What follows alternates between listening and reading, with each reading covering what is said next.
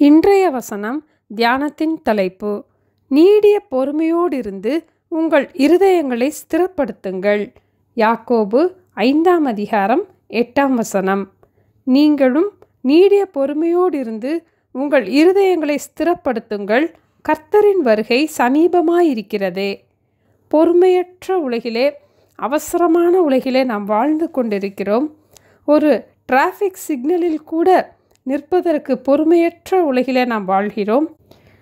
பொறுமையாக இருப்பதே கடினமான காரியம். நீடிய பொறுமையாக இருப்பது மிகவும் கடினமான காரியம். ஆனால் நீடிய பொறுமையோடு இருந்து உங்கள் இருதயத்தை ஸ்திரப்படுத்துங்கள் என்று நாம் வாசித்தோம். ஆண்டவரின் எதிர்பார்ப்பின்படி நாம் செயல்பட வேண்டியதாக இருக்கிறது. ஏனெனில் கர்த்தருடைய வருகை சமீபமாக இருக்கின்றது. கலாத்தியர் 5:22-23 ஆவியின் கனியோ அன்பு, சந்தோஷம், சமாதானம், நீடிய பொறுமை, தயவு, நற்குணம், விசுவாசம், சாந்தம், இச்சையடக்கம் என்று பார்க்கிறோம். இதிலே பொறுமைக்கு மட்டும் ஒரு அடைமொழி கொடுக்கப்பட்டுள்ளது, நீடிய பொறுமை என்று. பொறுமை என்பது நம்முடைய சூழ்நிலையிலே நாம் கோபப்படாமல், பதறாமல், அமைதியோடு அந்த சூழ்நிலையை கையாளுவதாகும். முதலாவது, நம்மிடத்தில் நாம் பொறுமையாக இருக்க கற்றுக்கொள்வோம். பின் மற்றவர்களிடத்திலும் நாம் பொறுமையாக இருக்க கற்றுக்கொள்வோம். நாம் ஆண்டவருக்கு காத்திருக்கும் போது, பதறாமல் இருக்கும் போது பொறுமை தானாக வரும். நான் நம்புகிறது அவராலே வரும் என்ற நம்பிக்கை நம்மிலே பொறுமையை உண்டாக்கும். பொறுமையை கற்றுக்கொள்ளவே நமக்கு பொறுமை தேவைப்படுகிறது. தினமும் பொறுமையாயிருக்க, நீடிய பொறுமையாயிருக்க நாம் கற்றுக்கொள்வோம். If you have no patience you will become a patient என்று கூறுவார்கள்.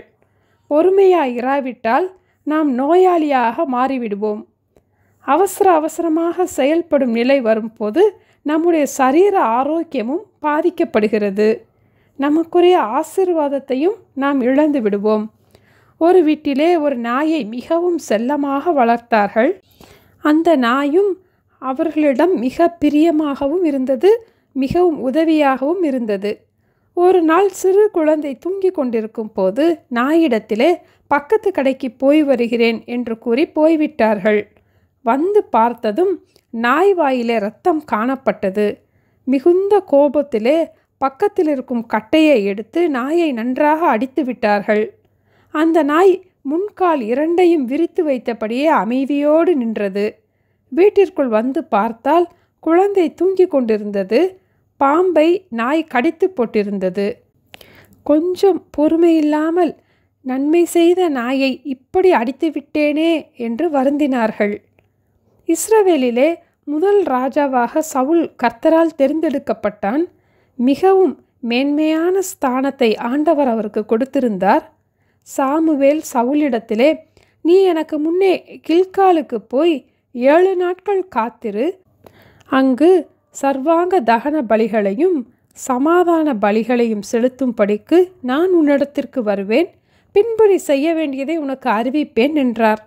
அந்தபடியே சவுலும் கில்காலிலே போய் 7 நாட்கள் காத்திருந்தார். சாமுவேல் கில்காலுக்கு வரவில்லை. சவுலே, சர்வாங்க தகன பலியையும் சமாதான பலிகளையும் என்னிடத்திற்கு கொண்டு வாருங்கள் என்று சொல்லி சர்வாங்க தகன பலியை செலுத்தி முடிக்கின்ற போது சாமுவேல் வந்தார். நீர் செய்தது என்ன? ஆண்டவருடைய கட்டளையை கை கொள்ளாமல் போனீர். ஆதலால் உம்முடைய ராஜ்யபாரம் நிலை நிற்காது. கர்த்தர் உமக்கு விதித்த கட்டளையை நீர் கை கொள்ளவில்லையே என்றார். கர்த்தர் தம்முடைய இருதயத்திற்கு ஏற்ற வேறே ஒரு மனுஷனை ராஜாவாக கட்டளையிடுவார் என்றார். சவுல் பொறுமை இல்லாதபடியினாலே தன்னுடைய ராஜ்யபாரத்தை இழந்தான். முற்காலங்களிலே சந்ததியாக ராஜ்யபாரத்தை பெறுவார்கள். அவனுடைய சந்ததிக்கும் அந்த ராஜ்யபாரம் கிடைக்கவில்லை. அவன் பொறுமையாக செயல்படாதபடியினால் அவன் சந்ததியும் ராஜ்யபாரம் பண்ணும் ஆசீர்வாதத்தை இழந்துவிட்டது. நாம் பொறுமையாக இருந்தால் நம்முடைய சந்ததியும் ஆசீர்வதிக்கப்படும். வெளிப்படுத்தல் 2:3 நீ சகித்து கொண்டிருக்கிறதையும் பொறுமையாயிருக்கிறதையும் என் நாமத்து நிமித்தம் இளைப்படையாமல் பிரயாசப்பட்டதையும் அறிந்திருக்கிறேன் என்று ஆண்டவர் கூறினார். நாம் பொறுமையாயிருக்கிறதையும் ஆண்டவர் பார்க்கிறார். அதற்குரிய பலனை நிச்சயம் ஆண்டவர் நமக்கு தருவார்.